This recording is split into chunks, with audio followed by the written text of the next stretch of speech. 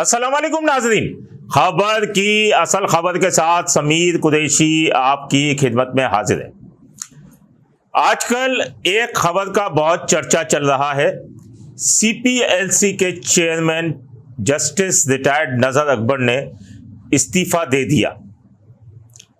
ये इस्तीफा उन्होंने तकरीबन 1 माह होने को है उन्होंने दिया था, लेकिन वजूहात सामने ना आ सकी थी। लेकिन C110 न्यूज़ ने वो लेटर हासिल कर लिया जिसमें तमाम वजूहात जो हैं वो मोहतरम जनाब जस्टिस रिटायर्ड नज़र अकबर साहब ने जो है वो तहरीर करके और वज़ीर आला सिंध को अपना इस्तीफ़ा भिजवाया है। ये चर्चा चंद रोज़ से अखबारात में भी चल रहा है और इसके अलावा जो आला हुक्काम हैं उनमें भी ये बातें हो रही हैं। इसमें मैं आपको बताता चलूं कि 2023 में जो केयर टेकर गवर्नमेंट थी, उस केयर टेकर गवर्नमेंट ने एक सीपीएलसी के जो चार्टर था उसमें तरमीम करते हुए चेयरमैन का तकर्रुर किया था और चेयरमैन का तकर्रुर करके जनाब जस्टिस रिटायर्ड नज़र अकबर साहब को जो है वो चेयरमैन मुंतखब किया था, नामजद किया था और उसके बाद उसका नोटिफिकेशन भी उनका जारी हुआ था। इसमें इस्तीफ़ा जो आया है वो तो आपके सामने चल रहा होगा कि इस्तीफ़ा उन्होंने दिया है। अब उसकी वजूहात नीचे उन्होंने 7 सफ़ों के ऊपर जो है 7 सफ़ात हैं जिस पर उन्होंने अपनी वजूहात बयान की हैं कि उन्होंने इस्तीफ़ा क्यों दिया। पहले तो उन्होंने बताया कि इसमें शुरुआत की कि वो घर पर बैठे हुए थे कि अचानक उन्हें होम डिपार्टमेंट से फ़ोन आया और फ़ोन आने के बाद उन्हें कहा गया कि आपको हम सीपीएलसी का चेयरमैन जो है वो तैनात कर रहे हैं, जिस पर उन्होंने कहा कि इससे मेरी वकालत तो मुतासर नहीं होगी। तो उनका ये जवाब था होम डिपार्टमेंट वालों का कि नहीं, इससे वकालत मुतासर नहीं होगी क्योंकि ये एक रज़ाकाराना ओहदा है। उसके बाद नोटिफिकेशन हो जाता है और उन्होंने ख़त में ये भी लिखा कि मैंने वहाँ सीपीएलसी का दौरा किया तो दौरे के मौके पर CRC computer centre, meeting room और ये तमाम चीज़ें उन्हें दिखाई गई, लेकिन उन्हें ऐसा महसूस हुआ कि उनकी चेयरमैन की हैसियत को तस्लीम नहीं किया गया। ना ही डिप्टी चीफ और किसी से उनको मुतारिफ कराया गया। जो सीपीएलसी के चीफ हैं ज़ुबैर हबीब, वो इनको सिर्फ उन्होंने दौरा करवाया और दौरा करवाने के बाद उन्होंने ये लिखा कि मुझे ऐसा महसूस हुआ कि उनकी हैसियत आम शहरी की थी। ये तमाम चीज़ें उन्होंने ख़त में लिखी हैं, हम अपनी तरफ से कोई भी बात नहीं कर रहे। उन्होंने अपने ख़त में लिखी हैं कि उनकी हैसियत आम शहरी की थी और ऐसा महसूस हो रहा था कि वो किसी से मुतारिफ ही नहीं कराना चाह रहे। उसके बाद जब नोटिफिकेशन हुआ, उन्होंने चार्ज संभाल लिया तो उन्होंने लिखा है कि ऐसा महसूस होता है कि ये सीपीएलसी जो है वो एक फ़र्द वाहिद की ज़ाती मिल्कियत है, यानी एक इदारा नहीं है, वो ज़ाती मिल्कियत है। पसंद नापसंद के ऊपर सबको लगाया जा रहा है, हटाया जा रहा है। उसके बाद उन्होंने जो ख़त में लिखा कि ये गैर कानूनी तरीके से चल रही है। अगर कहा जाए कि अगर टर्म करने की, उन्होंने जमील यूसुफ से स्टार्ट किया कि 2 टर्म के लिए वो थे 6 साल के लिए। उसके बाद आगे चल के शरफुद्दीन मेमन आए, वो भी 2 टर्म के लिए थे, यानी 6 साल के लिए। एक टर्म 3 साल का होता है। उसके बाद अहमद चुनाए आए, वो 2 टर्म के लिए आए, वो भी 6 साल का पीरियड था। लेकिन ये मुसलसल 2018 तक तो इनका टर्म था, लेकिन अब 18 से लेकर 2024 तक ज़ुबैर हबीब जो चीफ हैं सीपीएलसी के, वो गैर कानूनी तौर पर सीट पर बराजमान हैं। इस उनकी और उनकी टीम की कोई कानूनी हैसियत नहीं है, न ही कोई नोटिफिकेशन हुआ है। उन्होंने खत में ये भी लिखा कि उन्होंने आर्टिकल 19A के तहत उन्हें खत लिखा और खत लिख के उनसे मुख्तलिफ दस्तावेज़ात जो हैं वो तलब की, लेकिन उन्होंने दस्तावेज़ात फराहम नहीं की। फिर रिमाइंडर जब उन्होंने दिया तो उसके बाद उन्होंने दस्तावेज़ात फराहम की।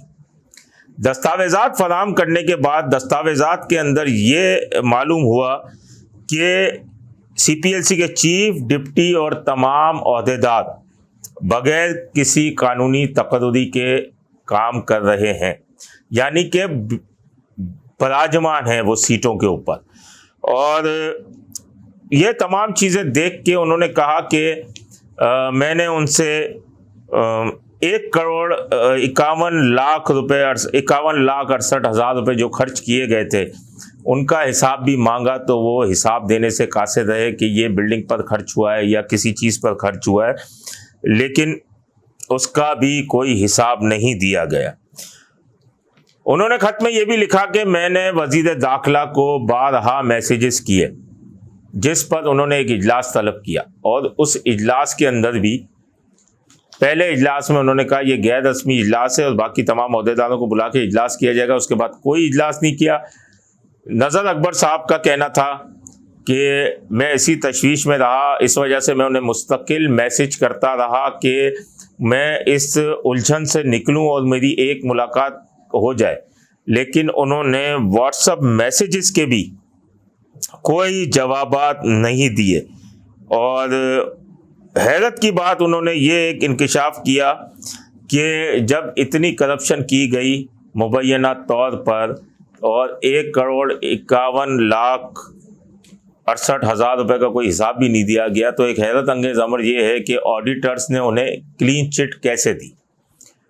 उन्होंने ये भी लिखा कि IG, होम सेक्रेटरी और दीगर आला हुकाम के साथ ज़ुबैर हबीब जो मुलाकातें करते हैं वो CPLC के चीफ की हैसियत से करते हैं, जो कि उनकी हैसियत गैर कानूनी है, कोई नोटिफिकेशन नहीं है और वो मुसलसल बराजमान है।